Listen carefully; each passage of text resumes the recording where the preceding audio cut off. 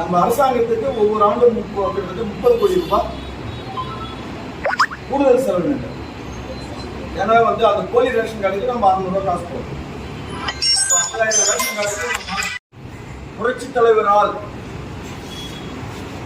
உருவாக்கப்பட்ட இந்த அனைத்து இந்திய அண்ணா திராவிட முன்னேற்ற கழகத்திற்கு மறைந்த புரட்சி தலைவர் அவர்கள் கட்சியினுடைய கட்டுப்பாடு சம்பந்தமாக பல சட்டங்களை பல்வேறு விதமான சட்டங்களை கட்சி ஆரம்பிக்கும் போதே அவர் கொண்டு வந்தார்.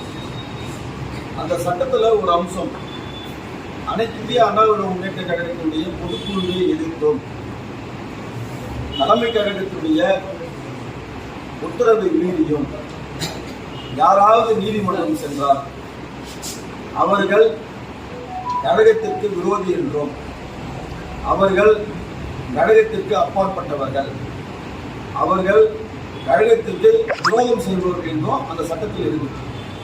அந்த அடிப்படையில் எங்களுடைய கழகத்துடைய பொதுச் செயலாளர், தமிழகத்தின் முன்னாள் முதலமைச்சர், புரட்சி தமிழர் மாண்புமிகு எடப்பாடியார் அவர்கள் பொதுக்குழுவினால் பொதுச் செயலாளராக தேர்ந்தெடுக்கப்பட்டு அதன் பிறகு அவர் எடுத்த நடவடிக்கைகள் குறித்து எப்படிப்பட்டவர்கள் நீதிமன்றம் சென்றிருந்தாலும் அவர்கள் இந்த அனைத்து இந்திய அண்ணா திராவிட முன்னேற்ற கழகத்திற்கு விரோதிகள். அந்த அடிப்படையில் திருமதி சசிகலா அவர்களாக இருந்தாலும் சரி, திரு OPS வகையாராக இருந்தாலும் சரி, யாரெல்லாம் அதிமுகவை எதிர்த்து நீதிமன்றத்துக்கு சென்றார்களோ அவர்கள் அனைவரும் இந்த கழகத்துக்கு விரோதிகள்.